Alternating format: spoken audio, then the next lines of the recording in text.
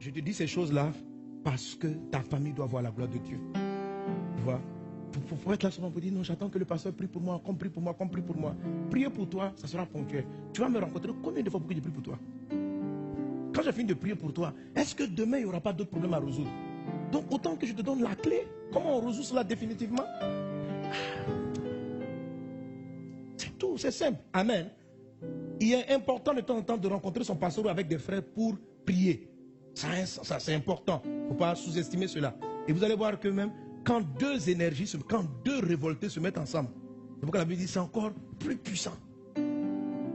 Amen. Et quand tu es fatigué émotionnellement, prie avec quelqu'un. Ok? Prie avec quelqu'un. Alléluia. Mais en règle générale, la majorité de tes combats, tu les mèneras seul. Même quand les gens te disent je vais prier pour toi, je vais prier pour toi, dans la vérité, la plupart ne prient pas pour toi. Non, non, non, sérieux.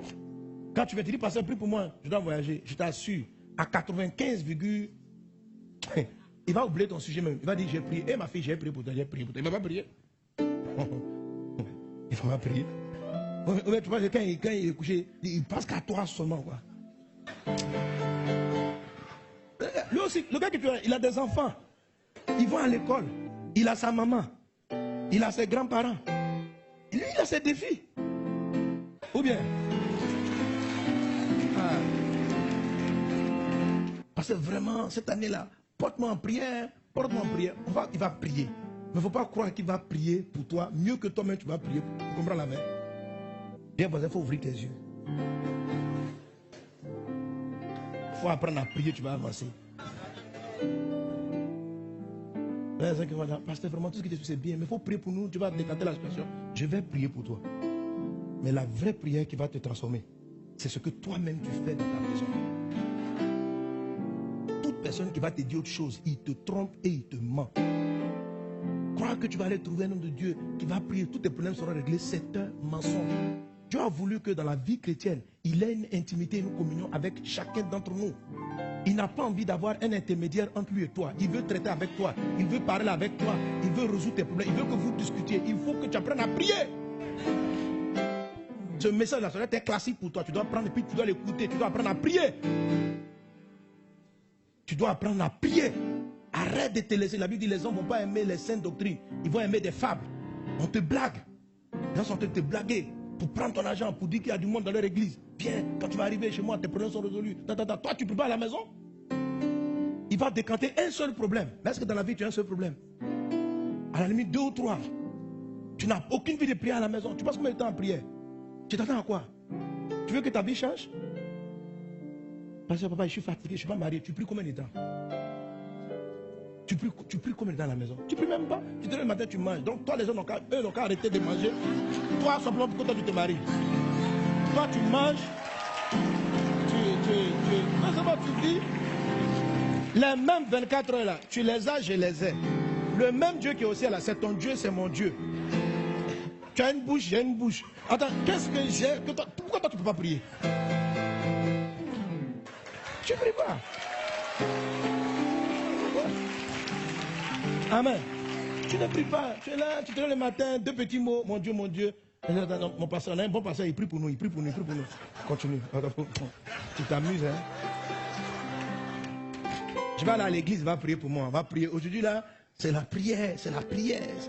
Tu ne pries pas. Tu attends les réunions de prière où on prie massivement pour prier un peu. Tu ne pries pas seul. Tu n'as pas de moment avec Dieu. Ta vie ne va pas évoluer. Tout prophète ou tout pasteur qui te dit ça, qui va te tromper, viens chez moi. Tes problèmes seront résolus. Je te dis de la part de Dieu, il ment.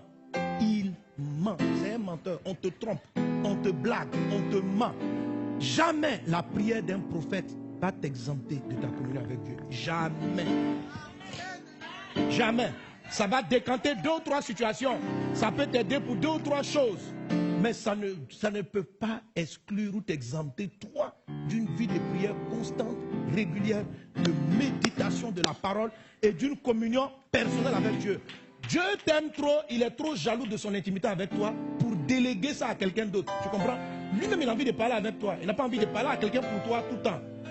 Il va le faire 1 fois, 2 fois. C'est toujours les gens qui ont des prophéties sur toi. Toi, pourquoi tu n'as pas de prophéties sur toi-même?